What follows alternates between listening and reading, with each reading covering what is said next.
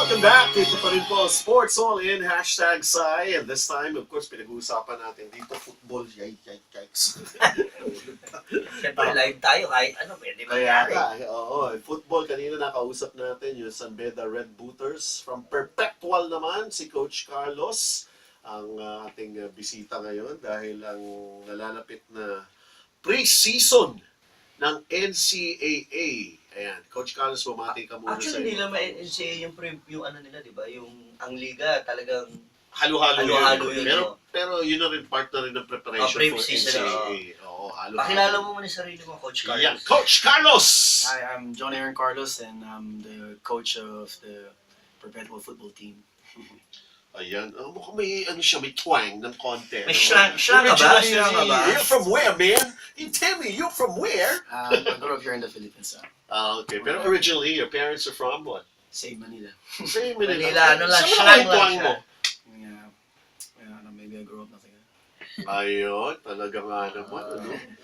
Si Coach Carlos, Dapat nakausap mo yung guest namin kanina, si Aya Lo from Channel News Asia. para pare-parehas kayo nosebleed. Anyway, si Coach Carlos, coach ng Perpetual. But he started his career sa football sa Perpetual High School. Yes. But he had championships in San Beda College. Anong Sa tawag men's. sa Perpetual?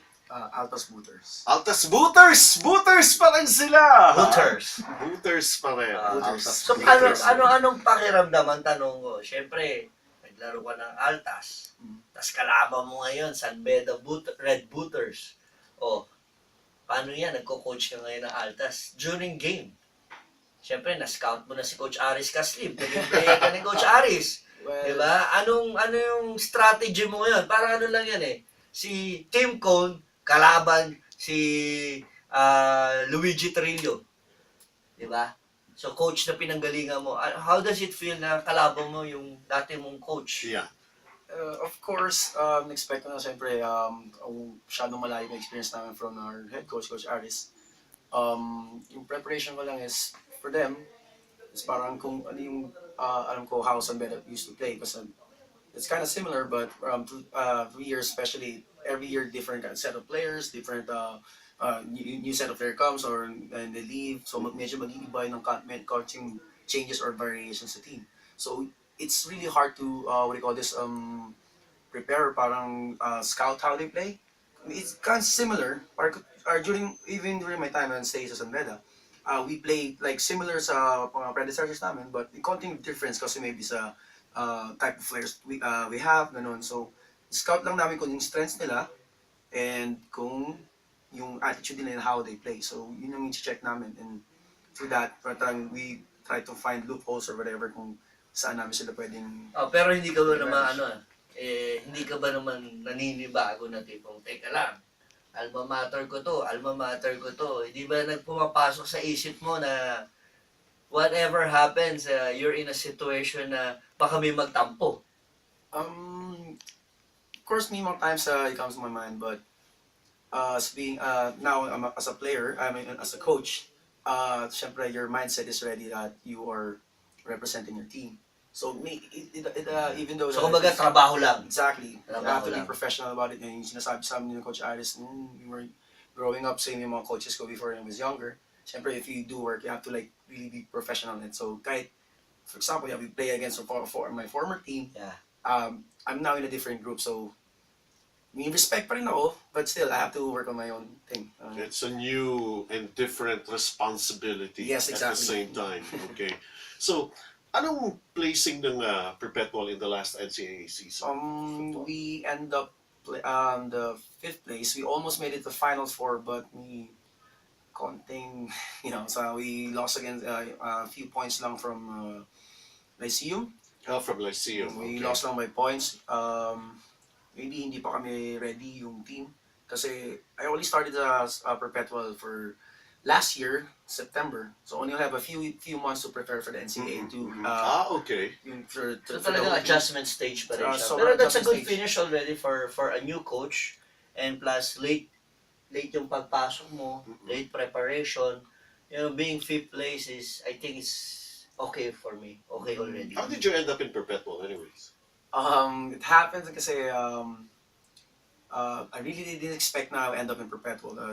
Coach Aris recommended me sa Bosco, Okay. Colonel Jeff Tamayo. Oh, Hi, sir. si Boss Jeff Tamayo. Yes. Yeah, Yes, I know Boss Jeff. Coach Aris referred me to, they gave me a call, yung some coaches from San Beda, they told me to, they needed a coach sa Perpetual. So I Perpetual. came in, talked to the boss, sabi niya, sige, you need a new coach. Then it started lang. Okay. So it's still Coach Aris, parang ganun sa akin. So, in-spread din pala kayo ni Coach Aris. Yes. Say, if you see it this way, parang you build up your team here, which is San Beda, maybe. Yeah. The improving teams here. If you parang, even yung mga other players ni Coach Aris before us, spread out nyo na siguro yung different teams yan. Mm-mm. But if you see it in big picture, spread out nyo since yung mga players niya, the level of football is kind of improving because, syempre, you improve on this side, what do you call this, nag-improve yung quality ng players. So, nagtataas yung competition.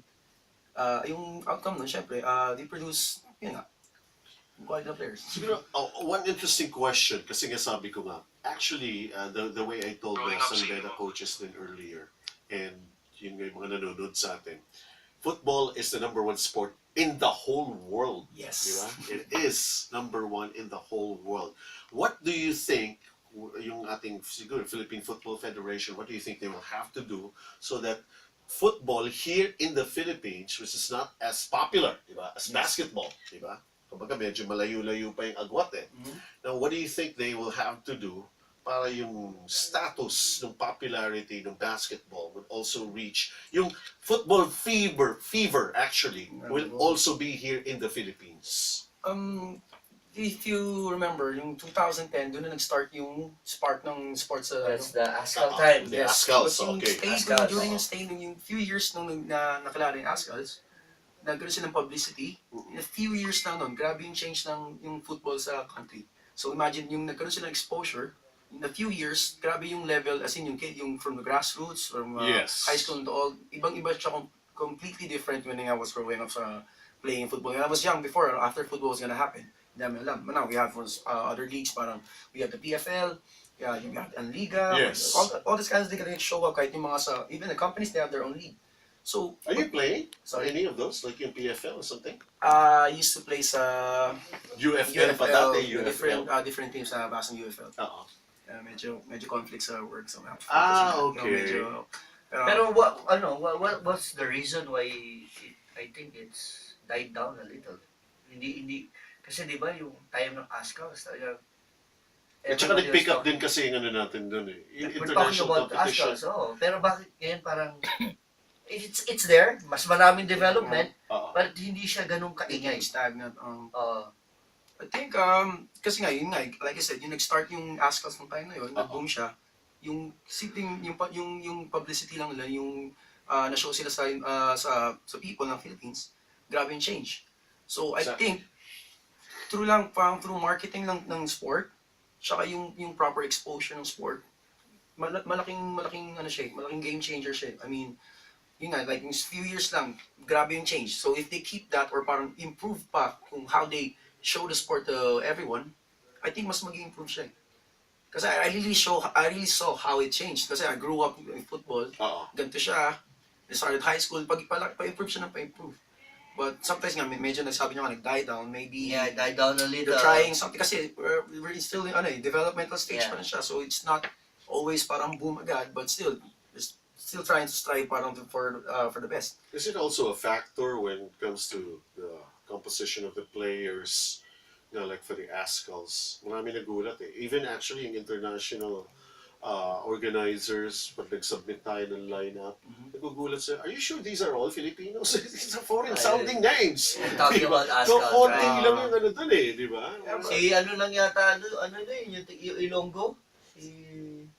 Who is that? Is that football player sa Ascals na Ilonggo? Maliit. Chippy. Si Chiefy, Oo. Kaligdong, Yeah. di ba? Siya lang yung natatandaan ko na features dun, talagang Filipino. Ayan, siguro we're still gonna be talking to Coach Carlos about how nga to attract more followers, how to sustain yung gaining popularity ng football here in the Philippines when we come back.